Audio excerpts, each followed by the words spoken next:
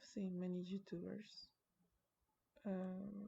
teaching, and they have great things to teach, amazing techniques. But I really get a little bit annoyed because I think this is something that is very easy to do, and it's that you can change your shader right here.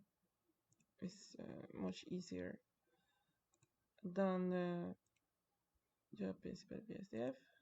What most of them do is just get into the shader editor,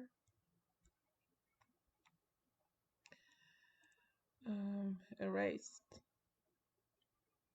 the principal BSDF, and bring in another one. And you don't need to do that actually. You just can change it right here into shader.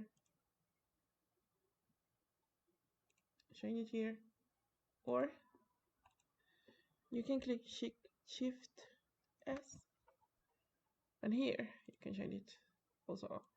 Every time I see that an extra click is like so ineffective. Well, that's what I wanted to talk about. I think it's more effective. Sometimes I just want to work with one hand.